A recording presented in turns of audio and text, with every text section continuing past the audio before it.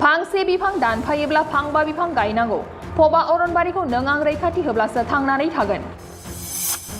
बे बाथ्राखौ बुंदों बड'सा ब्रह्म बिथाङा दिनै धेमाजि जिल्ला जनाय महकुमा लबाहेर जनाय तारिक कसारी बेराजल दुबि सान्तिपुर राभाघाटनि मोनबा गामिनि रायजोफोरखौ लानानै जनाय दख'रा दुलाराय बर' फरायसा आफादनि बानजायनायाव सानजा जनाय ओनसोलनि मुंदांखा पबा अरनबारिनि सानफ्रोमबो दंफां सियां दैजों लांखोमानाय जिब जुनार बुथारनानै जानाय बेफोरखौ बन्द खालामनांगौनि थांखिजों सांग्रांथि हाबाफारि लादों।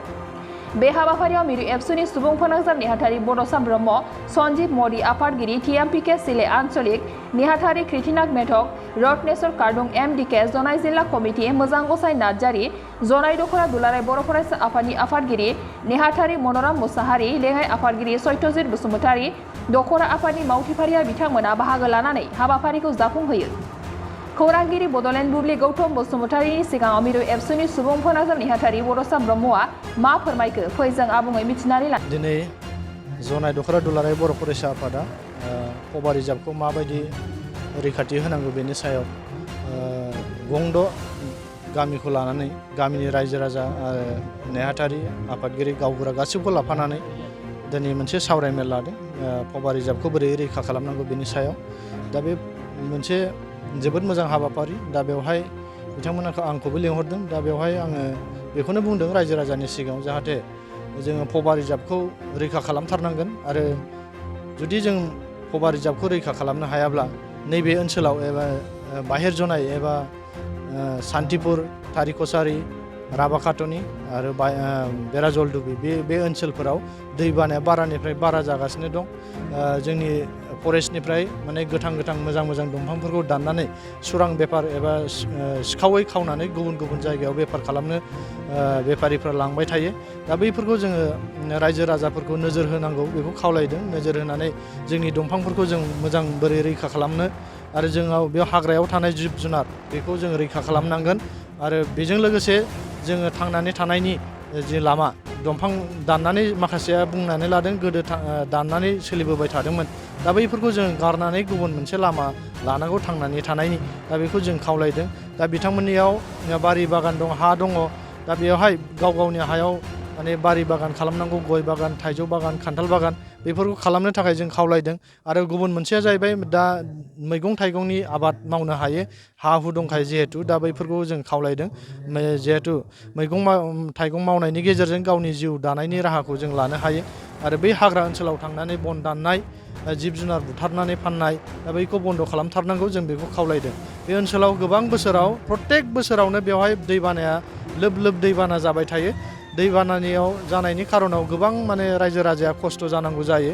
दा बेवहाय बेनिखायनो जों रायजो राजाफोरखौ खावलायदों जाहाथे नोंथांमोना जुदि दंफां लाइफांखौ दानबाय थायोब्ला जोंनि अन्थाइ आरो दैयाव थानाय जि जोंनि दंफांफोरखौ बोखारबाय थायोब्ला माने दैया बारानिफ्राय बारा खुरखागोन आरो लोमसावनाया बारानिफ्राय बारा जागोन। दा बेनिखायनो बैफोरखौ जों बन्द खालामनो थाखाय रायजो राजाफोरखौ खावलायदों जाहाथे फैबाय थानाय समाव बिथांमोना खोथा होदों माने हाग्रायाव थानाय जिब जन्थु आरो दंफां मैल'बान दंफांफोरखौ बिथांमोना दाननाय नंला आरो थांना थानायनि गुबुन लामा मोनसे बिथांमोनहा लासिगोन होननानै दिनै जनाय दख'रा दुलाराय बर' फरायसा आफादनिसिम बिथांमोना मिथिहोनाय जादों। बेखिनि जोङो जोंनि दिनै जनाय दख'रा दुलाराय बर' फरायसा आफादनि बानजायनायाव जोङो बेवहाय गंद गामिनिफ्राय जोङो नैबे पबा जा जोंनि रिजार्भ दङ दा बेखौ जोङो रैखाथि होनो थाखाय जोङो बर' आइ आफा रायजो राजा बिथांमोनखौ लोगोआव लाफानानै गंद बर' गामिखौ लाफानानै जों सावरायलायनाय जादों।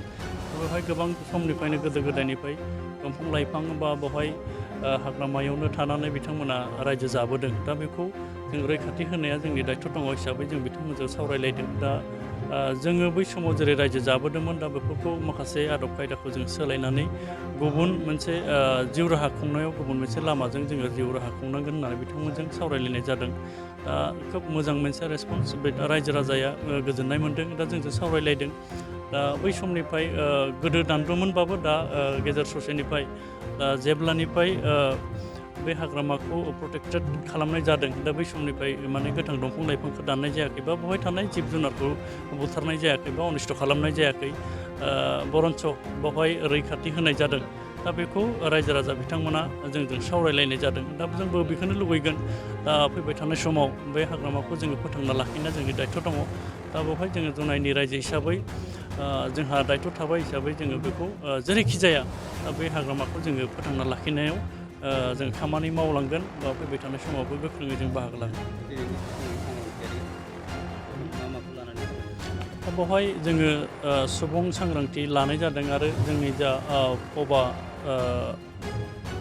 अरनबारि बे पबा अरनबारिखौ जोङो बोरै फोथांना लाखिनो हागोन दा बेवहाय थानाय जिब जुनार आरो बेसेन गोसा जाफोर दंफां लाइफां दा बेफोरखौ जाहाथे बे जायगानि रायजो राजायाथ' अनिस्थ' खालामाखै दा सिखावै माखासे गामिया माखासे सुबुंफ्रा दैया देरोब्ला बे दैमाजों माने फैनानै दानखुमानानै लाना थाङो आरो बे खाथि खाला रायजो जानाय रायजो राजा बिथांमोनासो बदनामाव भुगियो दा बेबादि माखासे माने जाथायफोर जालांबाय थादों बेफोरखौ लानानै जोंजों सावरायलायनाय जादों दा बेफोरखौ जोङो रायजो राजा बिथांमोनखौ खावलायदों जे बेबादि सिखाव मानसिफोर फैयोब्ला बिथांमोनखौ हमना लाखिनांगौ बा सावरायलायनांगौ लोगो लोगो थानायाव खबर हरनांगौ बेबादि सावरायलायनाय जादों बाइक अनसायगिरिफोरनि थाखाय मोनसे मोजां खौरां Kokrajhar GD road axis bank साखाथियाव थानाय दावहारु अट' एजेन्सिया नोंथांमोननि थाखाय लाबोदों दामाका स्पेशल अफार खम बेसेनावनो नोंथांमोना बाजाजनि गुबुन गुबुन मडेलनि बाइक फाइनान्स खालामना नोंथांनि सिमांखौ जाफुंहोनो हागोन 13,800 रांनिफ्राय जागायना 19,500 रांजों नोंथाङा बाजाजनि गुबुन गुबुन मडेलनि बाइक जेरै प्लाटिना पालसार बायदि गुबुन गुबुन मडेलनि बाइक लानो हागोन बाइकजों लोगोसे बेसेन होनाङालासे मोनफागोन गंसे हेलमेट बाइगिरि बिथांमोना गोरलै राहाजों बाजाजनि फाइनान्स लिमिटेड नङाबा एक्सिस बेंक लिमिटेडआव फाइनान्स खालामनो हागोन गोबांथार फोरमानलाइफोर गथायनो गोनांथि गैया खालि फट' गांसे पेन कार्ड आधार कार्ड भटार आइडि आरो सोलिबाय थानाय मोब्लिबनि बिल होयोब्लानो बे सुबिदाखौ लानो हागोन गोबां मिथिनो थाखाय 8473883986 03661270550 9957644326 आव फन खालाम